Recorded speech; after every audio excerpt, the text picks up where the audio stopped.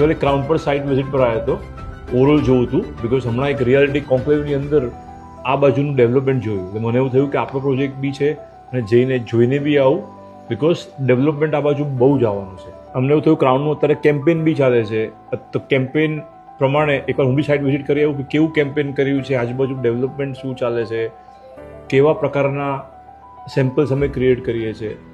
સો આ બધું એક ઓવરઓલ સર્વે કરવા આવ્યો હતો એટલે મને બી ખબર પડે, બિકોઝ જ્યારે હું ડિઝાઇન કરું છું પ્રોજેક્ટ પ્લાનિંગ લેવલ પર અને પછી જ્યારે એક્ઝિક્યુટ થાય છે તો એમાં શું મિસમેચ હોય છે એ બી ખ્યાલ આવે. સો નેક્સ્ટ અપગ્રેડેશન અમને ખબર પડે. અહીંયા અમુક જે યુએસપી છે એ ત્રણેય ટાવર છે ને અલગ અલગ સ્કેટર્ડ છે અને બધાને ઓપનિંગ સરસ મળે છે. અને બીજું કે મોસ્ટ ઓફ ધ કેસીસમાં બાલ્કની છે ને એને એક્સેસેબલ છે.